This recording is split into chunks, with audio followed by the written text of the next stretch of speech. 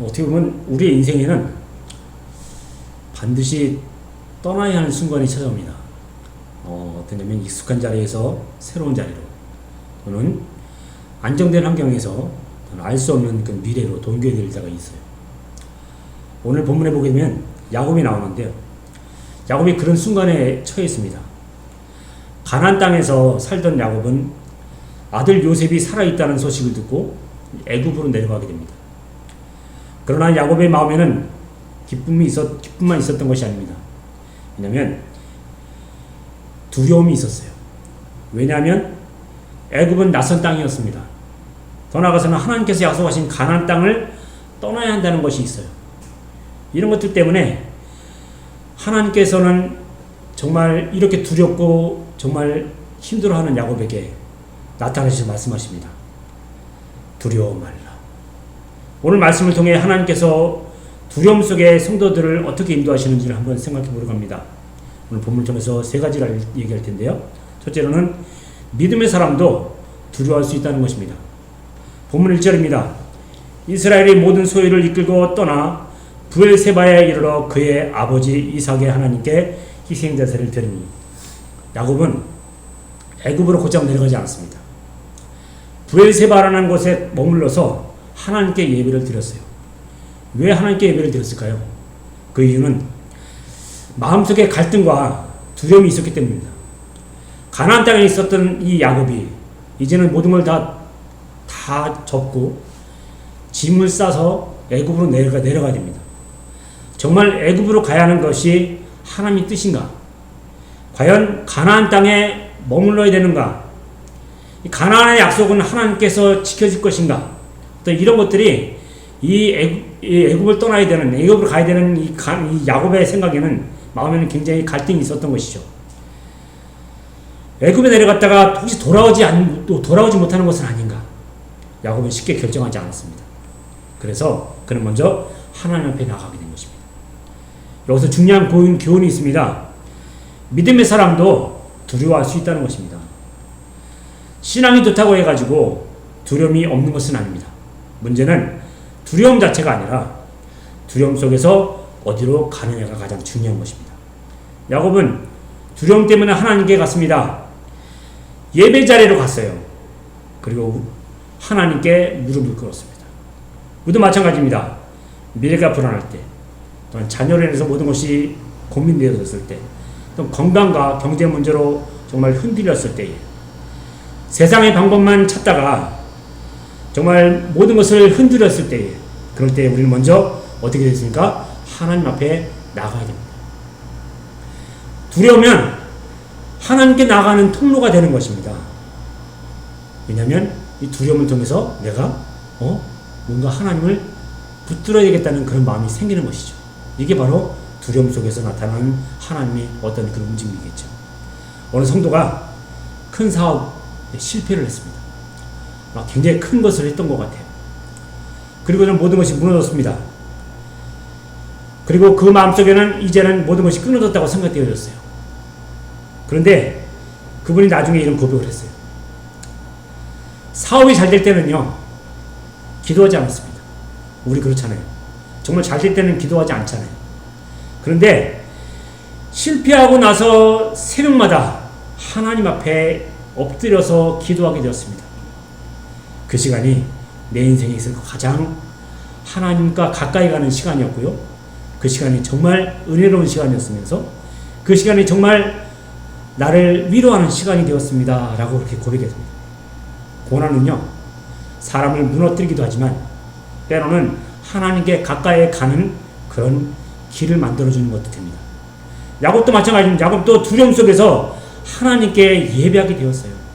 정말 놀라운 일이죠. 야곱은 당장 애굽으로 가지 않고 브엘세바에서 하나님께 예배를 드리고 하나님께 물었죠. 하나님, 과연 이 길이 맞는 것입니까? 내가 어떻게 해야 되겠습니까? 라고 물었을 때 하나님께서 뭐라고 하십니까? 두려워 말라라고 말씀을 하십니다. 자, 그 다음 두 번째 뭐냐면, 하나님은 두려워하는 자에게 말씀하십니다. 아까 말씀드린 본문 2절 3절이죠. 하나님이 밤에 환상 중에 이스라엘에게 말씀하시되 야곱아 야곱아 하시는지라. 하나님께서 야곱의 이름을 두 번 부르십니다. 왜 야곱아 야곱아라고 두 번 불렀을까요? 이것은 사랑의 부르심입니다. 관심의 부르심입니다. 하나님은 두려워하는 야곱의 상태를 알고 계셨어요. 그리고 말씀하십니다. 야곱으로 애굽으로 내려가기를 두려워하지 말라. 왜 두려워하지 말아야 합니까? 오늘 본문에 보니까요, 뭐라고 되면 하나님께서 함께 하시기 때문에 두려워하지 말라고 하십니다. 4절이죠. 내가 너와 함께 애굽으로 내려가겠고. 환경이 중요한 것이 아닙니다. 하나님이 함께 하시겠다는 것이죠. 이것이 정말 중요한 것입니다. 광야라도 하나님이 함께 하시면 완전한 것이 되는 것입니다. 이게 바로 하나님이 함께 하시는 곳의 그런 차이점입니다. 궁전이라도 하나님이 없으면 불안할 수밖에 없어요. 그리고 뭐냐면 두 번째 보니까 하나님이 계획이 있었다는 것입니다. 거기서 너로 큰 민족을 이루게 하리라. 이게 바로 하나님의 계획이었거든요. 애굽은 단순한 피난처가 아닌 것입니다. 하나님의 계획이 진행되는 장소였습니다. 야곱은 단지 이동한다고 생각하겠지만 하나님은 구원의 역사를 이루시는 그런 계획을 하나님 갖고 계셨던 것입니다. 우리의 인생도 그렇습니다. 우리는 지금 이해하지 못할 때가 있습니다. 왜 이런 길을 가야 하는지 정말 모를 때가 있습니다. 그러나 하나님은 여전히 일하고 계십니다. 어떻게 해요? 오늘 야곱처럼 야곱에게 애굽을 통해서 큰 계획을 이루시는 것처럼 애굽을 통해서 큰 민족을 만들겠다고 하시는 그 하나님의 그 약속 어떤 그런 계획처럼 우리에게도 여전히 일하고 계셔서 우리를 인도하고 계십니다. 바로 그것이 하나님인 것이죠. 요셉은요, 형들에게 팔려 애굽으로 갔습니다. 억울한 길이었습니다. 정말 힘든 길이었죠. 어떻게 보면 세상 사람 같으면 복수하고 싶은 마음이 간절한 그런 삶입니다. 감옥까지 갔습니다. 하지만 결국 하나님은 그 모든 과정을 통해서 한 민족을 살리시는 역사를 이루셨습니다. 바로 이것이 하나님께서 하시는 일이죠. 사람은 현재만 보지만 하나님은 끝까지 보고 계신다는 것입니다.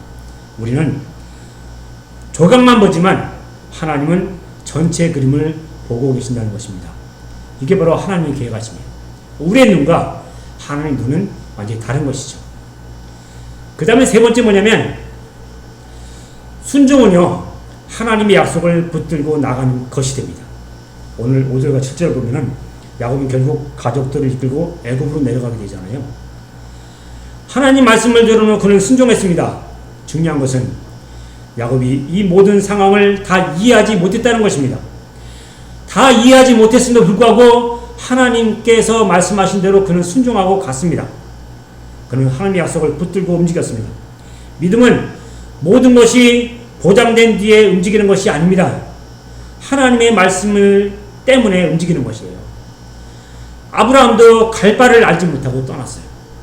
우리 알고 있는 베드로도 말씀을 의지하여 그물을 던졌잖아요. 순종은 뭐냐면 계산보다 믿음을 선택하는 것입니다. 오늘 이 야곱도 결국은 믿음을 택했거든요. 야곱이 만약에 계산의 사람이었다면, 옛날에 계산을 잘하고 그렇게 철저하게 움직이는 그런 사람이었다면 아마 분명히 이것도 계산을 따라서 아마 여러 가지로 아마 꼼수를 뒀을 것입니다. 근데 야곱은 옛날에 야곱이 아니었어요. 이제 하나님을 철저하게 믿는 그런 야곱이었거든요.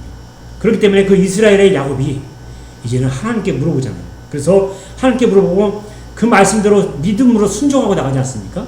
이게 바로 야곱이 변화된 모습입니다. 우리도 순종, 계산이 아니라 믿음으로 온전히 나가는 모습, 이런 모습으로 우리가 살아야 할 줄 믿습니다. 오늘 하나님께서 우리에게도 말씀하십니다. 두려워하지 말라. 내가 함께 하겠다. 혹시 지금 우리 가운데 미래가 두렵습니까? 아니면 자녀의 앞날이 걱정됩니까?